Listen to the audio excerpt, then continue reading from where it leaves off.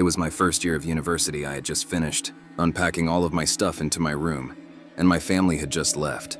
Later on that same day, my roommate finally arrived. And right from the get-go, I knew this kid was the most socially inept person I'd ever met. I introduced myself as Dan, sticking out my arm for a handshake. He paused, looked down at my arm, as if he didn't understand at first, then laughed and went, "Oh," and gave me an almost dead fish handshake. I had to ask him for his name, since he didn't even tell me when we shook hands. He was Dale. I tried to make small talk, but he just answered my questions with yes or no, occasionally awkwardly laughing or smiling within minutes. We were both just sitting on our beds on our laptops, not talking to each other. I was upset and planned on requesting to be placed with a different roommate. Anyone would be better than Dale. I thought Dale was just a really awkward kid, but I soon learned he was much more than just that. I met some of the other kids on my floor, and they seemed cool, so that was good. I came back to my dorm, after looking around campus the first night, to find Dale still in the same position he was in. When I left, I said, "What's up, Dale?" And he didn't answer, not to my surprise. It was 9:30, I didn't have anything to do, so I turned out the lamp on my side of the room and went to bed. I didn't actually fall asleep anytime soon, though.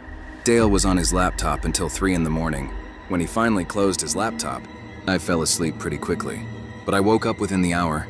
The blinds to our room had been opened, and the moonlight now creeping into the room made everything visible, including Dale sitting on the side of his bed. Looking at me, I sat up, rubbed my eyes and said, "Dale, what? What the hell are you doing?" He whispered back sorry and laid down the next morning. I woke up to find Dale had already gotten up. I felt like it was the first time he left the room. It was a Saturday, the first Saturday of the year, meaning orientation and all the campus festivities. During the orientation, as my group was walking by the school gardens, I heard a couple of students ahead of me saying, "What is that kid doing in there?" I saw who they were talking about. It was Dale, literally sitting in the dirt behind a patch of bushes, rubbing the bark of a tree with his hand. The orientation leader didn't notice. Otherwise, I'm sure she would have said something. I just walked by not saying anything, eventually telling the 2 kids I overheard that he was my roommate as a way to start a conversation and maybe make some friends. They apologized for me. None of us really knew if it was appropriate to laugh or not, but we did. I made friends with those 2 kids, and we made plans to get together that night. I also learned when I got back to my dorm that the school found another roommate for me. Things seemed to be turning around quickly. For the better, I left the room that night to go meet up with the 2 kids I met, and when I got back, Dale was sitting on the desk chair facing the door. I said, "Oh, hey, what's up?" He said nothing, very matter-of-factly. I sat down on my bed and opened my laptop and realized I forgot to lock it. I also realized that all of my emails had been opened. Emails I was pretty sure I didn't even read, and a bunch of folders of mine had been opened. Dale must have snooped through my laptop. When I asked him if he did, he responded no very loudly. Half a second after I even finished my question, I could read him like a book. This creepy kid was literally going through my computer. When I was out, I knew he did it, but I didn't pursue it. I was ready to go to bed. So as I went into my bed to look for my pajamas, I felt like my clothing had all been moved around as well. I knew I'd be out of there forever by tomorrow, so I didn't say anything. I woke up in the middle of the night to the sound of a zipper. I sat up and saw Dale on the ground. Going through my bag, I turned the lamp on, this time confronting him about it. He played dumb, saying, "I think you have my toothbrush by mistake." It was the closest thing to wits that he'd shown. Up until that point still, I knew he was lying, and I knew something was wrong with him, so I couldn't get physical with him. The next day, I met my new roommate in the same building, and everything went well Sunday night.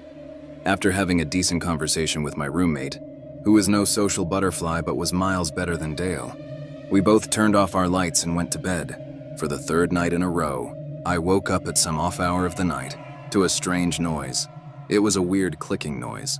It wasn't consistent, but I'd hear it at least twice every 30 seconds. I got up hoping to find something innocent, like a heavy bag putting pressure on a weak floorboard, or even a mouse.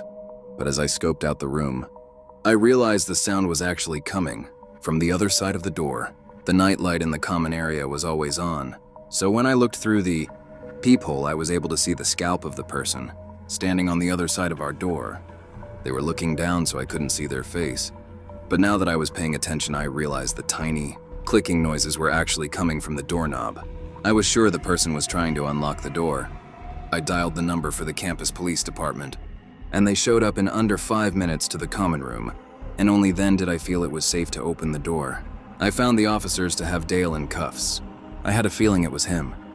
I told them everything, that he was my former roommate, who was going through my stuff, so I switched dorms, only to find him trying to break into my new dorm. They took him away. I don't know what happened to him after that, but I never saw him again. He either got suspended for the semester or expelled. I got through the rest of my years at university. Like anybody else, however, the nightmarish experience I had with Dale still pops up in my head every now and then.